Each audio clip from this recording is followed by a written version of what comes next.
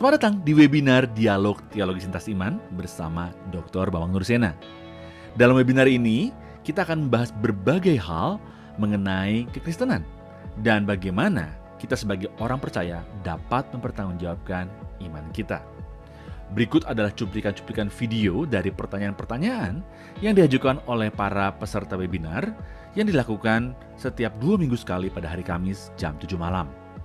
Bagi Anda yang ingin mendaftar, Anda bisa klik link bit.ly/dialog lintas iman atau Anda bisa klik link yang terdapat pada caption di bawah ini.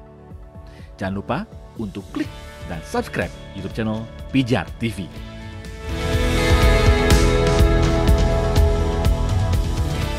Saya hampir tersesat dengan doktrin gereja yang menolak kemanusiaan Tuhan Yesus Kristus dengan berbagai narasi berasal dari Alkitab. Parahnya, gereja yang saya maksud merupakan gereja berdenominasi skala nasional. Mohon penjelasannya, kenapa gereja zaman sekarang lebih kental, serigala berbulu domba? Apakah hal ini karena pembatasan akses atau pengajaran yang didasari dari naskah-naskah Perjanjian Baru yang diakui oleh gereja mula-mula? Terima kasih, Enggak, saya kira salah satunya karena apa? Membaca Alkitab terlepas dari konteks sejarah rasulinya. Itu yang penting di situ. Sebetulnya harus diakui ya bahwa gereja Protestan itulah yang sebetulnya mendekatkan kembali teks-teks Alkitab itu pada gereja modern pasca reformasi sebetulnya. Itu harus diakui. Namanya lembaga Alkitab itu rata-rata pemrakarsanya ada lembaga Protestan sebetulnya. Ya toh? Tetapi ada kekurangannya di situ. Kekurangannya apa? Kekurangannya gara-gara bukan Luther yang harus disalahkan, karena Luther menyampaikan sola scriptura itu tentu karena tantangan konteks zamannya yang tidak bisa diekstrimkan untuk sekarang ya.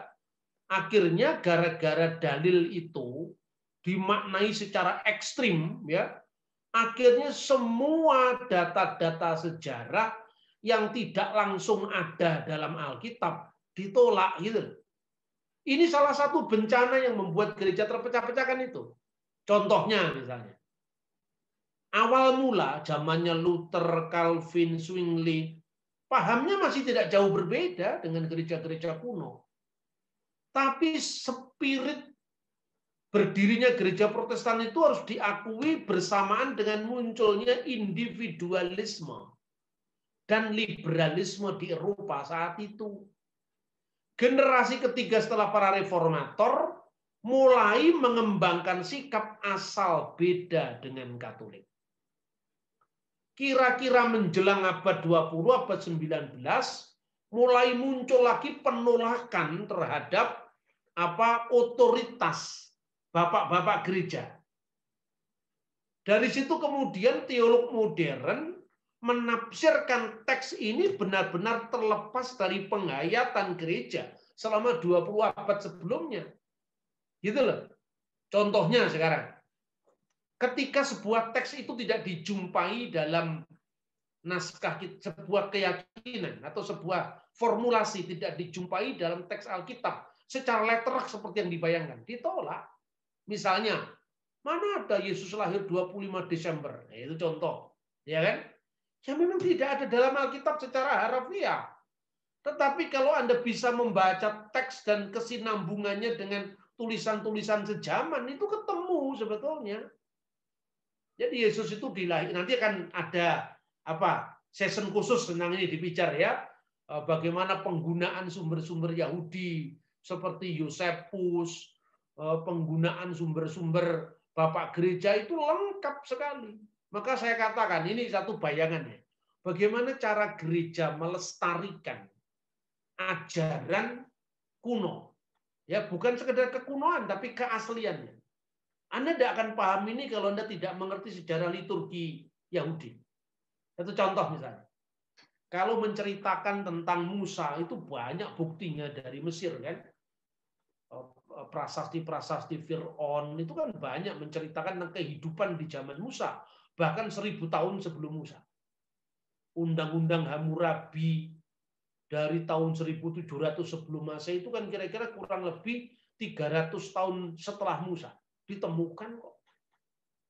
Tapi ketika bicara tentang kisah penciptaan dalam kitab Kejadian, coba Musa dapat dari mana sumbernya?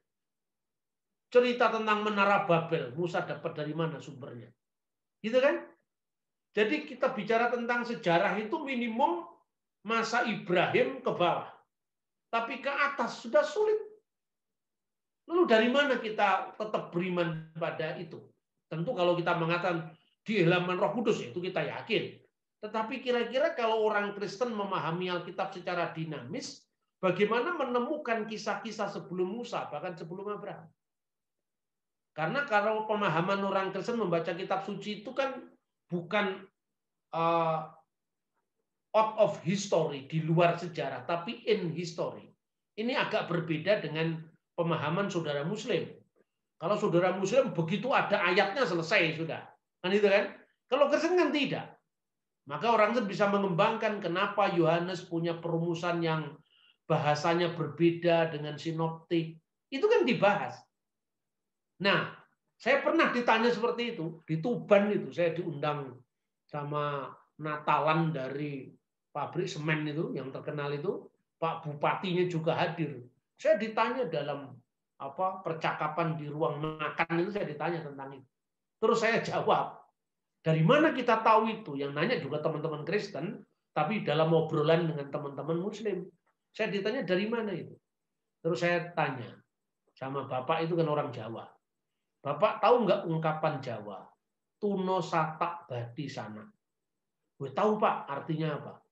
Kalau bisnis kita rugi secara dolar, tapi banyak sahabat. Sanak itu kan saudara. Jadi laba batinya itu banyak saudara. Tapi tuno itu artinya rugi, satak. Satak itu apa coba? Satak itu harta kekayaan. Tetapi hitungan satak itu sebetulnya muncul dari zamannya Dyah Balitung abad 10 Masehi. Jadi mata uang waktu mulai ada sa, kemudian ma. Jadi itu ada yang emas, ada yang perak. Terus sa itu sata, itu emas yang tertinggi. Coba, tanpa kita sadari ungkapan kita sekarang itu melestarikan abad 10 Masehi. 1000 tahun yang lalu coba. Itu di Jawa yang tidak mengenal tradisi tulis lebih lama. Tradisi tulis pun hanya muncul banyak di Jawa, di luar Jawa kan enggak, lebih banyak tradisi lisan. Tapi Anda bisa bayangkan di Timur Tengah sekarang. Saya cerita agak panjang dikit ya supaya lebih jelas pemahaman saya. Sekarang contoh. Setiap Natal ini menjelang bulan salah paham ini sebentar lagi. Masuk bulan salah paham dan paham salah. Nanti ditanya lagi fatwa haram, Tuhan tidak beranak, itu diulang-ulang. Januari itu Dewa Janus, macam-macam. Itu pasti. Trompet itu dari Yahudi, pasti muncul lagi itu nanti. Nah, makanya sekarang saya persiapkan, nanti tema itu juga kita bahas kan, tentang Natal itu. Perhatikan sekarang. Setiap Natal kan kita selalu akrab dengan lagu Gloria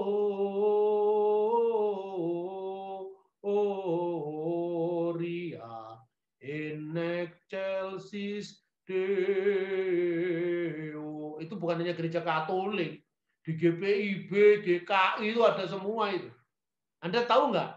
Ungkapan Gloria in excelsis Deo itu terjemahan Alkitab tahun berapa? Nah ini, coba. Hieronymus Pak, yang paling terkenal Vulgata, Alkitab Latin. Enggak. Di Vulgata bunyinya sudah beda, bukan excelsis lagi. Ya, beda bunyinya. Excelsis itu terjemahan Latin dari kira-kira tahun 120-an Masehi. Dari mana kita tahu? Kenapa ketika Hieronymus abad keempat sudah menemukan terjemahan yang lebih simpel, kenapa terjemahan Latin dari tahun 120-an tetap dipakai? Kita bisa tahu jawabannya kalau Anda membaca Liber Pontificalis. Daftarnya uskup-uskup Roma. Ini kita ngomong tentang gereja barat. Selama ini kan saya ngomong gereja timur, terus sekarang saya imbangi dengan gereja barat. Ya. Liber Pontificalis itu mencatat tentang uskup-uskup Roma dari zaman Rasuli sampai tahun ditulisnya buku itu. Pada uraiannya tentang Pope Telesphorus dari tahun 126 itu tercatat begini. Setiap kali menjelang Paskah, hendaklah engkau berpuasa 7 minggu sebelumnya. Maka muncul ditradisikan puasa Prapaskah. Dan pada saat malam Natal, 24 Desember, malam Natal, sudah disebutkan di situ malam Natal, tahun 126, Saturnalia belum lahir itu, pemujaan Saturnalia 25 Desember baru tahun 274 zamannya Kaisar Aurelian. Perhatikan, tahun 126 sudah ada misa malam Natal. Dan ketika misa malam Natal, berarti tanggal 24 Desember, haruslah engkau membaca Lukas pasal 2 ayat 14 dengan bentuk litani. Diulang-ulang itu. Makanya Gloria in excelsis Deo et intera pac hominibus bonae voluntatis. Karena sudah terlanjur dihafalkan di liturgi, maka ketika Hieronymus bikin terjemahan baru, yang lama tetap berlaku. Itulah. Dan itu berkepanjangan sampai Desember, sampai bulan November tahun 2020. Ini sekarang ini masih dipakai sekarang. Liturgi itu melestarikan ajaran-ajaran kuno, termasuk itu yang kita bahas tentang kodrat ganda Kristus, ya. Gara-gara kalau kita hanya baca Alkitab saja, kita bisa membaca ini ayatnya di sini, ini ayatnya di sini. Yang lain juga punya ayatnya di sini, ayatnya di sini. Konteksnya nggak dapat semua. Nah, ketika kita mau tanya, ini sering saya ulang-ulang. Diponegoro Sukarawon atau Sukabakso yang lebih tahu adalah muridnya Diponegoro. Ya toh? Sentot Prawiro Dirjo atau kiainya Diponegoro, Kiai Mojo. Dia pasti nggak terlalu suka rawon karena terlalu asin, apalagi rawon nguling. Ya, bagi lidah Jawa Timur cocok. Tapi bagi lidah Jogja itu gudeg manggar, itu makanannya keraton. Ya, yang lebih tahu siapa? Muridnya. Begitu juga yang lebih tahu Yohanes, ya muridnya Yohanes. Ketika orang sibuk tanya terjemahan yang benar dari Yohanes 1, jangan tanya saksi Yehova tahun 1931. Sehebat apapun kita dari abad kita ini memahami bahasa Yunani, tapi ada rentang jarak sekitar 2000 tahun. Gitu loh. Metode ini tidak hanya berlaku dalam dunia teologi, saya kira. Dalam dunia sekuler pun ya berlaku yang seperti ini. Nah, sejak zaman Ignatius dari Antioquia, Kristus yang sepenuhnya Allah, sepenuhnya manusia, itu sudah ada dalam catatan Ignatius suratnya kepada orang-orang Magnesia. Maka Yesus disebut ek Marias ke ek Theos, yang dilahirkan dari Maria sekaligus dilahirkan dari Allah. Maka dilahirkan dari Maria itu terpujilah buah rahimmu, itu Yesus. Buah rahim Maria itu Yesus. Lukas pasal 1:42. Tapi yang ekteos dilahirkan dari Allah. Hari ini aku telah memperanakan engkau. Itu kelahiran ilahi Sang Mesias. Jadi pengakuan iman.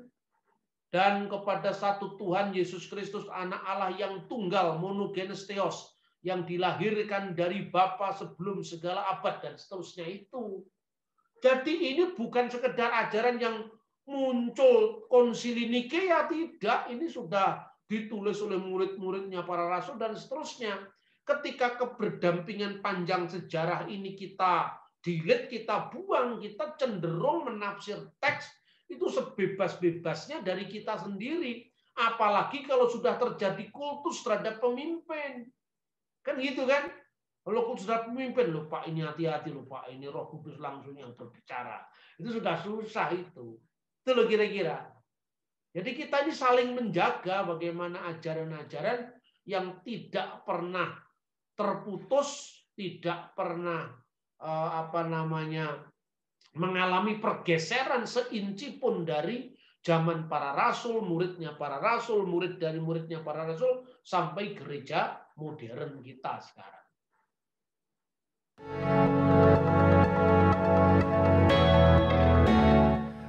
Terima kasih Anda sudah menyaksikan cuplikan dialog teologis lintas iman bersama Dr. Bambang Nursena.